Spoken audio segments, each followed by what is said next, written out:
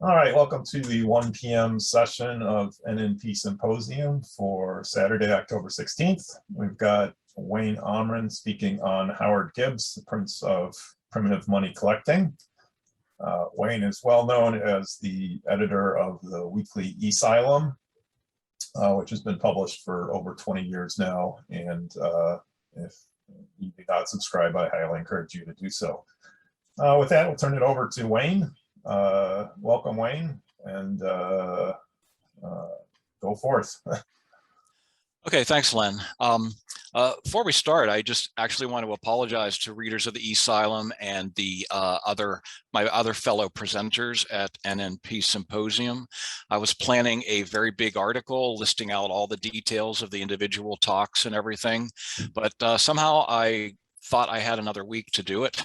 And Monday morning, I realized, oops, too late. I didn't get that into our last issue. We did have a short article with a link to all that. So I'm sure many of you did that or you wouldn't be here. So welcome. I think you're going to enjoy this talk today. I had a lot of fun pulling it together. Had a nice dry run at the A&A when I gave this talk to the members of the Primitive Money Society. Got some great feedback from them that I can incorporate into this version. So the title, as Len said, is Howard Gibbs, Prince of Primitive Money Collecting. And I remember seeing that in print prior to my talk, and I'm thinking, who came up with that hokey title? I don't remember doing that. And of course, when I checked my emails, yeah, I did come up with that.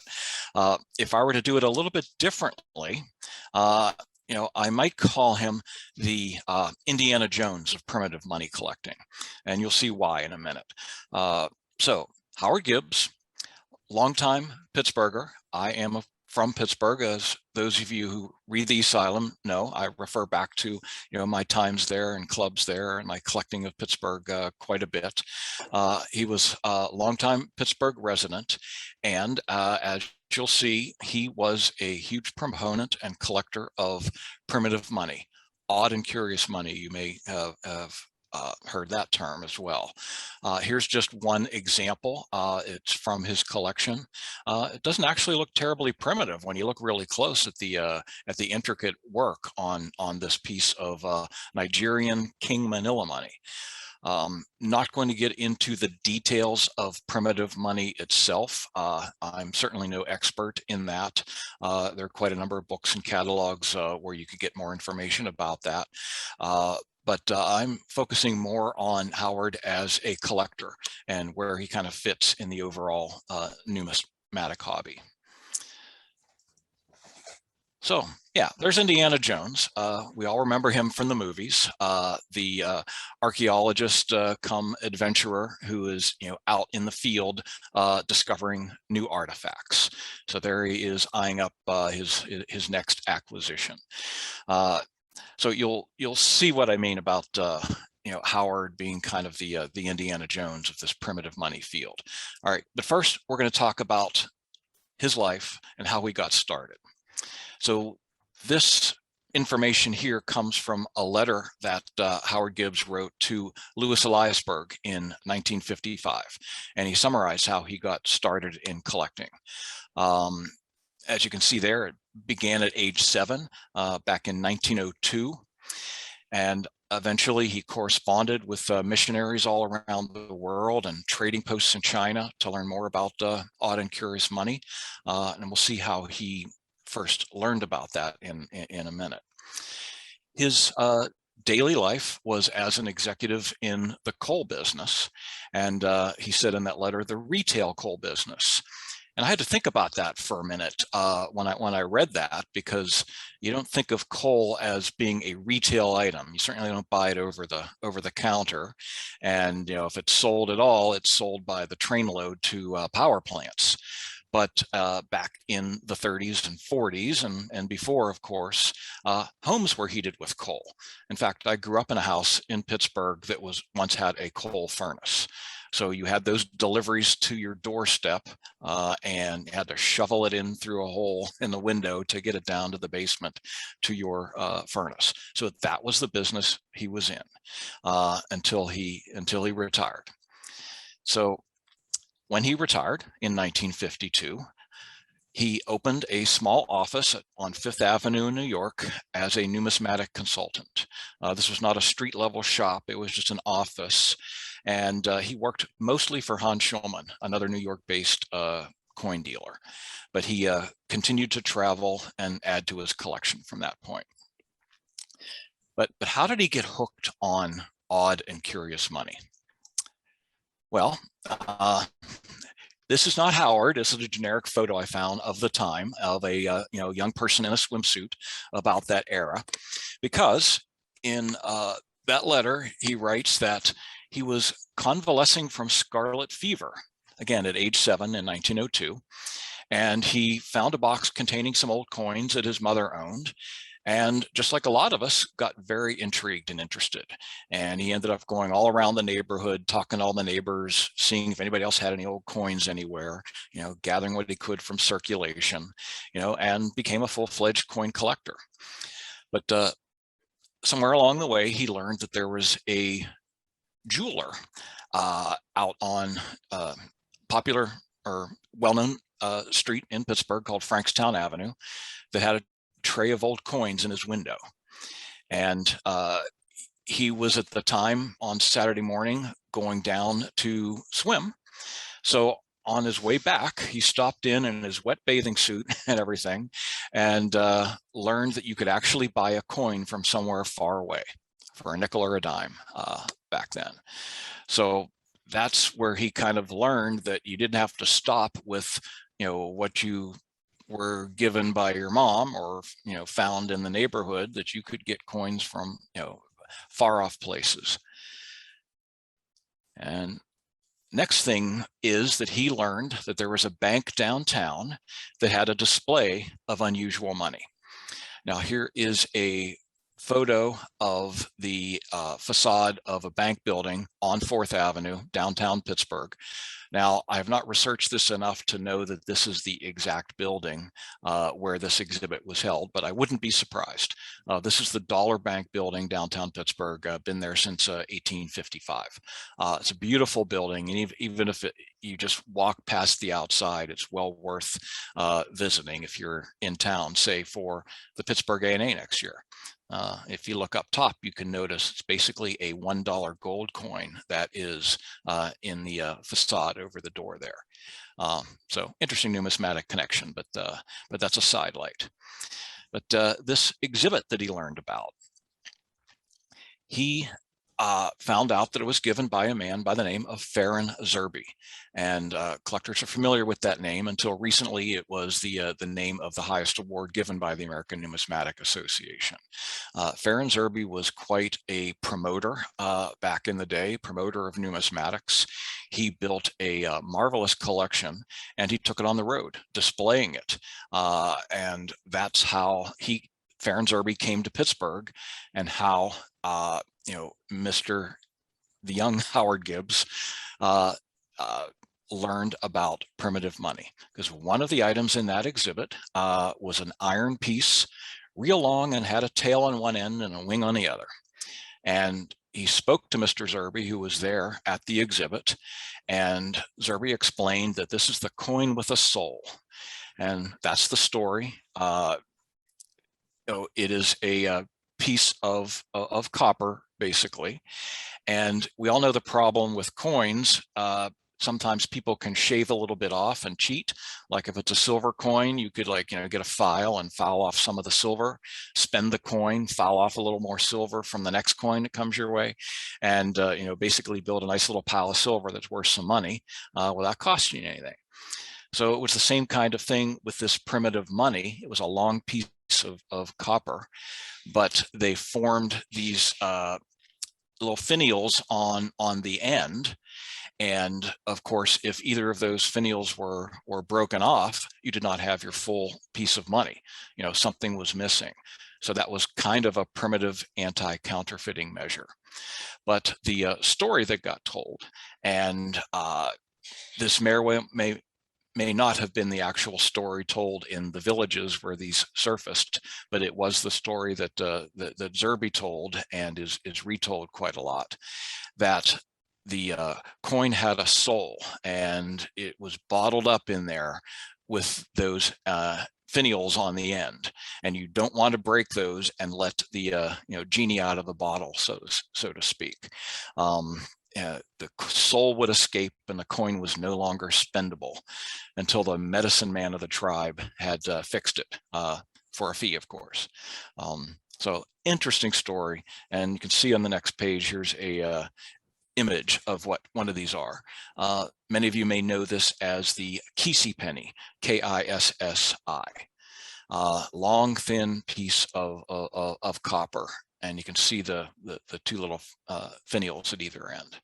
So one of those was on display, and that really captivated young Howard Gibbs. He remembered that and wondered how he could get one of those for his own someday. So he spoke again of the next stage in his collecting career. And he said that with the help of his mother, unwittingly, she was able to help solve that problem for him. Because one thing he couldn't get away with was he had to go to Sunday school every week. And one Sunday, they had a visiting missionary from Africa, and Howard's mother invited him for dinner. So at dinner, he had a number of tales of these places he'd been posted to in far off areas of the world. So that's how Howard Gibbs learned that there were such things as missionaries that went all around the world. And this gentleman gave him the names of several other missionaries, and he wrote to them. And later on, as it says here, he obtained lists of missionaries of each religious denomination and wrote to these fine people and asked for information, and most importantly, specimens of the older native media of exchange. Now, you got to kiss a lot of frogs in this game, right? You send a lot of letters out and you get a lot of nothing back. But he learned that that one letter in 100 just might be a jackpot. So he wrote letters like crazy. So that was his virtual way of exploring the world through the post office. And he did acquire a number of specimens that way. The next few slides are just some examples. Many thanks to Bob Leonard of the International, of the Primitive Money Society. He gathered for me some of these images. I think they're all from the Charles O'Peats collection, which in turn came from Howard Gibbs. So here is a piece of wife buying money. Again, I can't go into the details of these because I'm no expert on the primitive monies, but you'll find a lot out there. But you can see the attraction. If you see some of these in person, there's some amazing items and sometimes very intricate workmanship. Beautiful colors, as you'll see. Like, look at this, the sappy belt. That takes a lot of work to put together. So that's valuable as a work of art or craftsmanship, if nothing else. And you can see how these things were valued in primitive societies and traded back and forth. That's a pretty one. Here we've got shell money breast pendant. So here are a number of shells all put together. You can wear it, you can show it, and trade it back and forth for goods. And even there's feather money, and this is an example of the bird, with all the feathers that came from Howard's collection. So fascinating. I mean, I began sticking Lincoln cents into a Whitman folder like a lot of us. Never graduated to the point where I learned much about or collected odd and curious or primitive money, but you can absolutely see the attraction of it, especially these days with the internet and color photography. I remember reading books about this years ago, had some in my library, but it was all black and white, and really had no inkling, honestly, of just how beautiful some of these were. So some great examples. Let me move on. Here's the a tobacco coil. We've all heard of tobacco being used as money, even in the North America. So here's a coil of tobacco money. So little bit more about Howard. And this is an interesting story that I remember hearing as a young member of the Western Pennsylvania Numismatic Society in Pittsburgh. And a number of members of that society were also volunteer curators at the Carnegie Museum, which had a marvelous coin collection up until the 1980s. They would volunteer every week. They would meet with the public. They would catalog new specimens, just volunteer their time to work on the collection. So what they learned, one day, a package showed up at the museum, and it was addressed to the Pittsburgh Numismatic Museum. Only it wasn't anything they were expecting. Turns out the intended recipient was Howard Gibbs, who basically called himself the Pittsburgh Numismatic Museum. And when he would reach out to ambassadors and missionaries, he would sign his letters, as Howard Gibbs, curator of the Pittsburgh Numismatic Museum, totally unaffiliated with the Carnegie Museum, which had a world famous reputation. Yeah, that was a little questionable, but that was what he did. So in fact, in one case, he reached out through the Pennsylvania senator, David Reed at the time, who contacted the Japanese ambassador. And at that time, Yap Island was under the control of the Japanese. Here's a great piece of Yap stone money. And Gibbs was sent an example at the expense of the Japanese Foreign Office. So it's not exactly Indiana Jones. That's a little more tricky, but he managed to obtain a piece for his collection. So there's a great chapter on it in this book by Corey Gilliland of the Smithsonian. Next. All right, here is one letter that Howard Gibbs wrote. This was in 1962, as you can see. And here's how he signed it. Here's his A&A number, and styled himself as director of the Pittsburgh Numismatic Museum.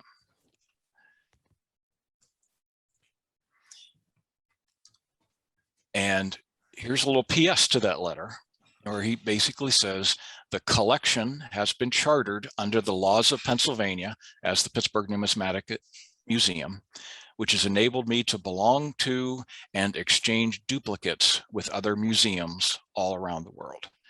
Now, again, I've not researched this, so I don't know if there's a record, in Pennsylvania of his incorporation as the Pittsburgh Numismatic Museum, but it does make sense. You certainly get a lot more doors opening to you if you're a museum as opposed to just some ordinary random collector who wants something. So if he did indeed set this up under the laws of Pennsylvania, then there's some legitimacy to it. But of course, it's very, very easy to confuse Pittsburgh Numismatic Museum with the Carnegie Museum of Pittsburgh. He did this basically until his collection was ultimately sold. All right, he was a promoter, especially in the later days when he was getting closer to the point where he was going to try to find a home or sell his collection. And in Howard's favor, he really did try hard to get his collection purchased by somebody who would put it on display. That's why he was writing to Louis Eliasberg, one of the most famous collectors in America. Also a very wealthy man, basically claiming that he would sell his entire collection that he spent his lifetime building, at some fraction of what it was worth, if indeed he could get a promise that it would go on display. So he wrote to a number of folks. He wrote to members of the Mellon family in Pittsburgh, as well as Eliasberg. And I have copies of a number of these letters. So he did try to find a buyer that would put it on display.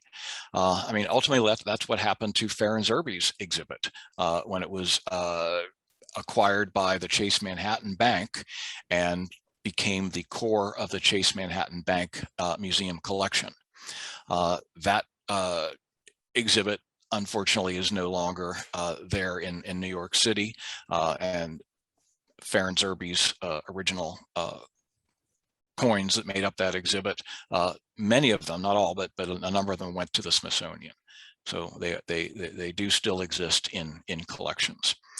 But here's an article from a local Pittsburgh newspaper where they interviewed him, photographed a number of his pieces. Here's some of the text, and there's Howard himself. He had a massive safe in his house, and he was not just a collector of odd and curious. He was a collector of coins as well. So we'll see a little bit more of that, but it's certainly the odd and curious that he was known for. He was quite famous for that. All right, there's a picture of him with an Alaskan tana. These are huge pieces of primitive money, used by the Alaskan natives. And you can see there down in the bottom right, those are some coins of the Bible from his collection. He collected, coins from all over the world. So just the most enthusiastic collector you could imagine meeting. I mean, he worked a regular job, right, his entire career, and he did his numismatics, late into the night, not getting an awful lot of sleep because he was writing his letters, dealing with his collection, and getting up early the next day to go to work. So he definitely put, a tremendous amount of time as well as money into his collection.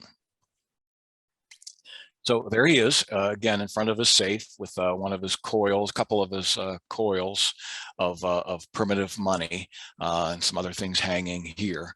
Great photograph. I do have the date. I don't remember it off the top of my head, but it's a good picture of him. But we have kind of two parts to the story. That was largely part one. We're just wrapping it up here with a picture of a gold oban from Japan, very large, and this is his wife, Helen Unitas Gibbs. So great photo.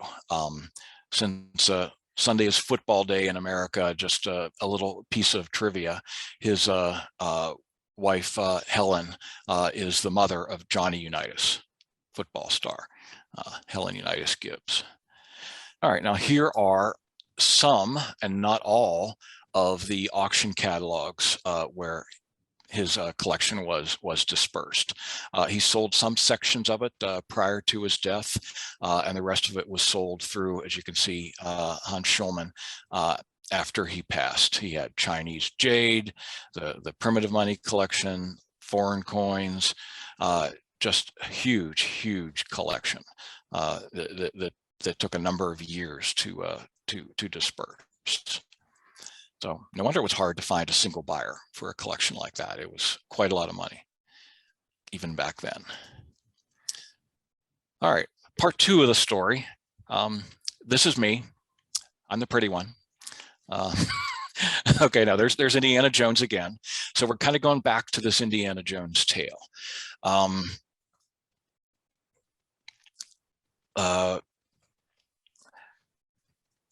Okay, I'm stopping here because there's a story I must have glossed over. So I'm going to stop here for a second and go back over that. One of the stories that was often told about Howard Gibbs, and forgive me if I'm going to get to this later. I should have. I didn't dive all the way through the slides first. But just want to make sure I get this. It's the goldfish hook story. And he was described as, making these expeditions, deep into the Amazon, searching for primitive money. And the story is he learned that there was a tribe using goldfish hooks as money. And he went and found this tribe, and when he went there, he took with him from the local hardware store some handy dandy steel fish hooks and convinced the natives that these steel fish hooks would be much better at catching fish, and made a trade. And the story was he came back with quite a number of goldfish hooks based on this trade. And the funny thing was, as I was researching this, putting it together, I went to research goldfish hooks. You know, I had seen in some of the research that Howard Gibbs was said to have written articles about goldfish hooks. So naturally, I went to the Newman Numismatic Portal, 3.5 million pages of published articles, including the Numismatist, the Scrapbook, all the major journals that were around in Howard's day. Could not find a single story by Howard or anybody else on goldfish hooks. And speaking with Bob Leonard and other collectors of odd and curious money, nobody heard of goldfish hooks either. You know, and honestly, the whole thing sounded a little fishy to me because, you know, gold's a very soft metal. It would never make a very good fish hook. So certainly steel ones would be much better, but, you know, even using a gold one in the first place sounds a little silly. So it was a tale, you know, a great swashbuckling Indiana Jones kind of tale of, you know, the intrepid collector, you know, paddling up the Amazon, you know, in search of these odd, curious pieces of money. But you know, largely, he really just did it from his desk, writing letters to missionaries and ambassadors. It worked. He built a fabulous collection. And he did travel around the world as part of his job and just as a tourist as well. I'm sure he did get some of these, you know, in person from some of these places.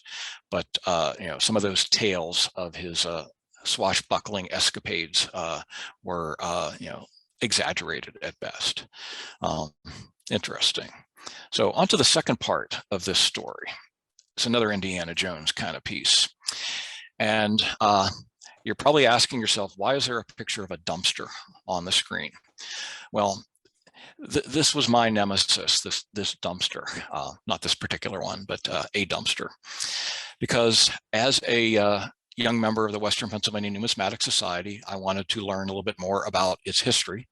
And I was starting to write a history of the club. Luckily, the club had a number of its early documents still in its possession. And I remember just asking around other members, you know, who's got any old material or copies of talks or programs or things like that from the club that I could draw on.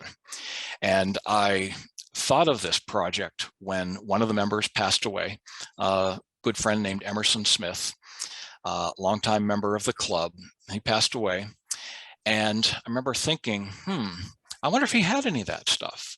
So I called around and I found the executor of his estate, or at least somebody who was working with the estate, told him who I was, that I was interested in the history of the club that both Emerson and I belonged to, and we're just wondering if in his estate he had any papers like that.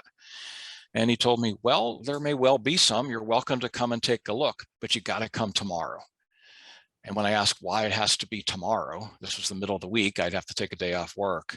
And he said, well, tomorrow the crew's coming to clean out the house, because apparently the family had already been there and removed everything that they were interested in. You know, anything of value was taken away for an estate sale. And people were basically coming in to clear out the house. Everything that was left was going to get thrown into a dumpster so that they could clean the place up for sale. So I get there and I find that I'm basically working one room ahead of two burly guys who were just carrying all of this stuff out to the dumpster. So I better work fast. So that was kind of my Indiana Jones moment, right? That's how I felt, right? That giant boulder rolling behind me. Those were the two burly guys that were emptying out the rooms. So I had to run around looking everywhere I could to find and grab numismatic information. And it was really, really weird. I mean, there were piles of coin worlds and numismatic scrapbooks that were useful, of course, but you know, not rare or unique, and not specific to my club. But I did find a number of other things, and like in all places, in the under the tool bench in the garage, I found 3 complete years of B. Max Mail's Numismatic Monthly, from the 19-teens. Rare publication, hard to find complete. And there they were, just sitting under the workbench. How they ever got there, I don't know. But I grabbed those, ran out to my car, came back in, ran upstairs, looking through rooms. At one point, I found a file cabinet in what must have been an office, and there was still a lot of stuff in it. Opened it up and basically discovered that it was a lot of correspondence to or from this gentleman, Howard Gibbs. And thinking about it later, how this all came to be, I know that Emerson Smith worked with Hans Schulman to help disperse other collections. So Schulman was being close to Gibbs, may have ended up with some of this, or maybe Howard knew Gibbs and his widow personally. I don't know. It was all long before my time. Have no way of knowing at this point. But somehow Emerson came into possession of these files of Howard Gibbs. So multiple trips back and forth to the car, just grabbed this stuff, threw it in my back seat. And, ultimately I cleared as much as I could, before those 2 big burly guys, got all the rest of the contents of the house out to the dumpster. So that was my little numismatic literature, numismatic research, Indiana Jones moment. So there it is today. It's in a box. What it actually looks like, oops, excuse me. It looks like this. With the help of my daughter, one weekend, sorted through and organized the letters by year. You can see they go back into the late 50s, the 60s, the 70s. Got them all organized, and if we go back, they do fit into this one nice FedEx box, which I needed to do at one point before sending them to, guess what? The Newman Numismatic Portal.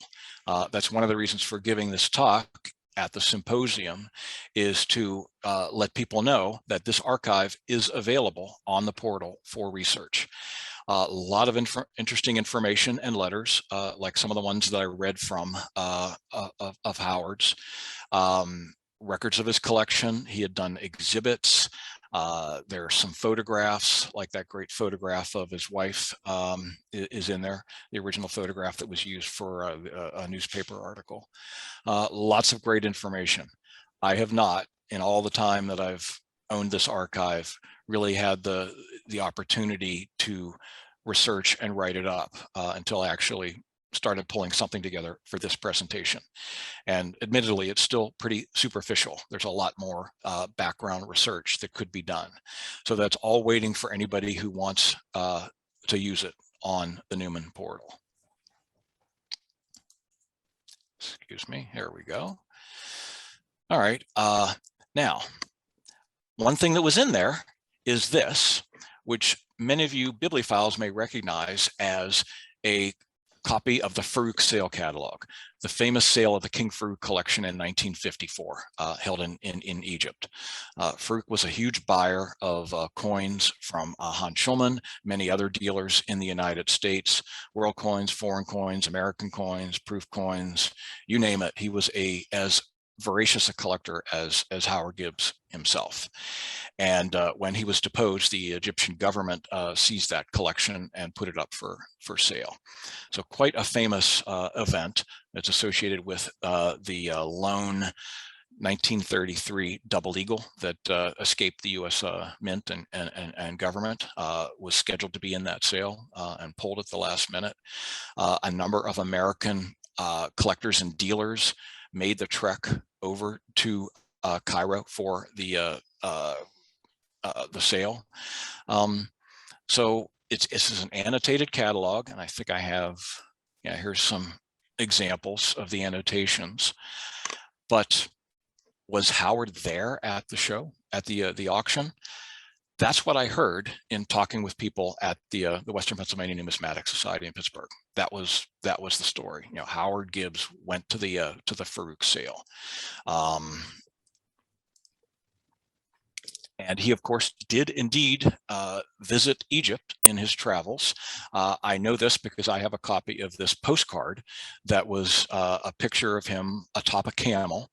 But if you look at the postmark on it, it was 1964, 10 years after the Farouk sale. Doesn't necessarily prove or disprove his presence there in 1954. But this could well be what had people in Pittsburgh thinking that he was there for the Farouk sale, because there he is on a camel. It's got to be Egypt, and it was. But in looking at the numismatic literature, searching the Newman portal, communicating with people in the know through the e-Asylum, so far have not been able to come up with any direct evidence that Howard actually attended the sale in Cairo. But that may well be his catalog that he used, working with an intermediary like Hans or someone else to purchase coins from the sale. So I do believe it is Howard's copy, but doubt that it's a sale room copy. All right, so here's our parallel, right? There's Howard on the left with his coils, and there's Indiana Jones on the right. Interesting story. Definitely some swashbuckling aspects to this. Definitely a lot of tall tales too. That fishhook story, as far as anybody can tell, is just a tall tale. But it makes it very interesting, doesn't it? He was certainly, no matter what, fibs, exaggerations aside, he was absolutely a very serious numismatist.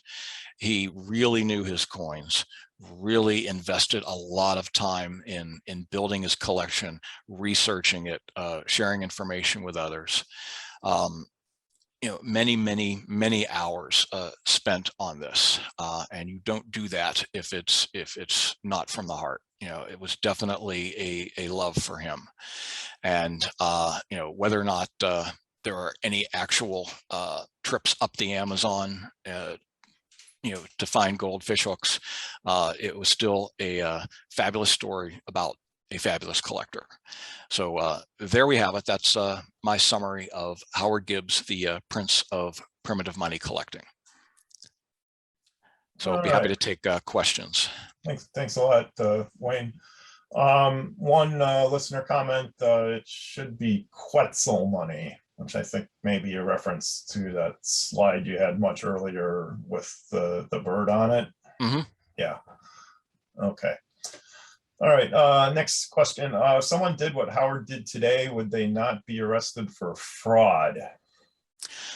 Well, good question. He claimed that he did register that name, Pittsburgh Numismatic Museum, with the state of Pennsylvania. As I said, I haven't been able to research that. Had he done that, I'm sure there's a record somewhere in Harrisburg. That's a great question for maybe a primitive money collector or just a general researcher of the hobby to follow up on. Maybe I'll do it someday after I retire. I don't know, but I have not done that yet. So if he indeed registered it, then he would have the legal right to call himself the Pittsburgh Numismatic Museum. Does that make it right? Could the Carnegie Museum have sued him? Perhaps they could. Now, they learned of it, right? I mean, my volunteer friends at the museum, they learned about this when that package showed up one day. And if they had told their superiors about this, I imagine that, if they could sue, they would have. But to sue, you have to prove that you're out some money, and it's not like he diverted some shipment that was actually, intended for the Carnegie Museum. It was intended for Pittsburgh Numismatic Museum, which was his little business, if you want to call it that. So yeah, good question. If somebody did it today, it would be just as questionable today as it was then. I suppose I could, print up some stationery or build a website better, or a Twitter feed, that says, I am the National Numismatic Collection of America, right? I mean, there's plenty of coin companies out there that claim that they're the, a gov mint or something like that, that sort of kind of sounds like an actual government mint, but they don't get sued. You can get away with that if it's a different legal entity. Yeah, if he incorporated, it should be on file with the state, and it would also be significant as to whether he filed as a non-for-profit. That's right. So could be. All right, next question. I believe Charles Opitz wrote a book called Ethnographic Study of Traditional Money. What is the modern politically correct name? Odd and curious, primitive, traditional? Well, that's an interesting question. I guess I don't know. I mean, the International Primitive Money Society still retains that name. I don't know. That's a good question. I don't have a good word for you. Is it an indigenous people's money? But it's an all-encompassing term that covers a lot of things. I mean, I actually liked the term odd and curious, because that's very generic and general and covers a lot of ground. Maybe first people's money or something like that. All right, next question. I've read some of the Gibbs letters on the portal. They do indicate that Howard was not always a very pleasant person to deal with. He certainly seemed to take umbrage with other collectors and dealers. He also did not mince his words if he was upset. Did you have that feeling also? Yes, very much. I mean, he was a smart guy, did not, in his opinion, suffer fools gladly. If somebody didn't know as much as Howard, he let him know that. So yeah, he could be a little prickly. Again, I never met him in person. He was before my time. I do feel a connection with him as a kindred collector. I mean, I, like many of us here at the portal, very, very serious about our hobby. And, whatever you can say about him and his personality and what he may have done, he was very serious about his collection. I guess the other point too there is that, of course, Gibbs would have considered all that communication private and never could have imagined there would be this thing called the internet that anyone could go on there and read the stuff. So, certainly that would be reflected in what he said. He may have written things that he might not have said publicly. Yeah, that's true. But of course, you're writing to the Japanese ambassador. There's going to be a file somewhere that it may turn up eventually. But he was quite open in describing himself as that and saying that he had been incorporated under the laws of Pennsylvania, and quite upfront with the fact that, by doing that, that opened some doors for him. Yeah. That is why he did it. So it certainly makes sense, but it does look a little questionable today. All right, next comment. I think odd and curious is a great way to describe these pieces, as those terms relate more to their form rather than their origins. So that avoids any socio-political connotations. Yeah, that's why I like it. Agreed. Sure. All right, next question. Was there any relation between Charles Opitz, whose collection was recently sold, and Howard Gibbs that you're aware of? No, not that I'm aware of, no. So they never knew each other, or Opitz never had specific access to the Gibbs collection? I guess that I do not know. Okay. We'll have to ask him. I don't know. Yeah. So the Gibbs collection, though, was sold in those Hans Schulman sales. Is it completely dispersed, or did any parts of it stay together? I'm not aware of any parts that remain. It was all dispersed. Yeah. Okay. And are there any significant collections today of I'm curious that you're aware of? Well, the Opus collection, obviously, it is being sold today. I think even in the latest Stephen Alpert sale, there are a number of pieces from the Opus collection. And at the ANA convention this past summer, some of those pieces were on display at the album table. And then also, I believe Kagan's had a sale of Opus material recently. That's right. Some of them were sold by Kagan. I never asked the the folks like Bob Leonard and the others there about, what, how many pieces or the size of people's collections. There may well be some significant collections that are either already exist or maybe they're being formed by purchases from opits. Yeah. This stuff doesn't disappear into the ether when the collector does. It stays out there in the hobby. So somebody's collecting it. All right. And I believe we have the opits reference on Newman Portal. That's right. Yeah, so that's available too for people that want to look at it. Also, the Smithsonian presentation that we had on Friday, they have a significant collection of odd and curious. Some of it is on display at their current exhibit, The Value of Money, which is the first floor of the Museum of American History at the Smithsonian in Washington. And I think they probably have more in their vaults as well. So yeah, and as I said earlier, some of that came through the Chase Manhattan Bank Museum, which in turn came from Fair and Zerby. Sure, yeah.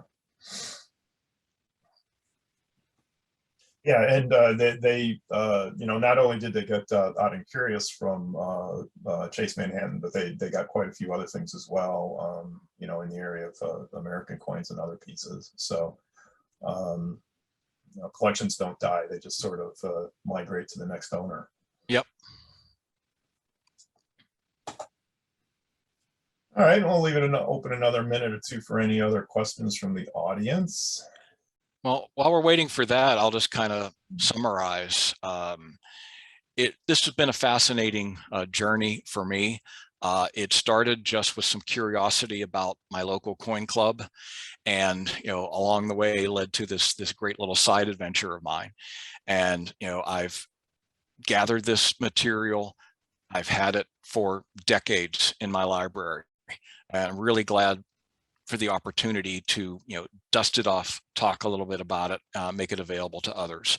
It's not going to be me that writes the the definitive work on Howard Gibbs, but whoever wants to write that, they've got the material.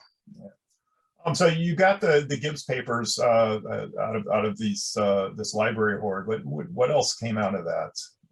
Was it just a general numismatic library, or I wouldn't call it a library. Emerson did not really have a library. How he ended up with the Max Mail's Numismatic Monthly, I'll never know. That was the most interesting and valuable piece of literature that I found, and I've still got those. Otherwise, it was mostly, as I said at the beginning, it was like piles of Coin World and numismatic scrapbook, some auction catalogs, but nothing valuable. So really the most significant thing out of that was really the Gibbs papers. That's right. And of course, it's the kind of thing that only a collector would recognize as having any value whatsoever. Sure. If it hadn't been for the total coincidence of me picking up the phone the day before, it would all be in the landfill and nobody would know any of this today. Okay. So did Gibbs have children? Yes, he did. Off the top of my head, I'm not sure. He had I think he was married 3 times in all. Oh, wow. With at least a few children. So there are descendants of his out there. Okay. Yeah. So yeah, it's interesting. The papers fell into other hands, but maybe the family just wasn't interested. So right. All right. Next comment. Yeah, like beer collections are only rented. So the coin dealer told me that a long time ago. He said you don't really buy coins, you only rent them. Yep, very true. And if you do well, you get negative rent. Make money.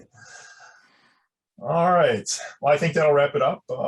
Thanks so much for sharing with us today. And hopefully we'll see you again at a future event. All right, you're welcome. Thanks everyone for coming. All right, thanks, Wayne.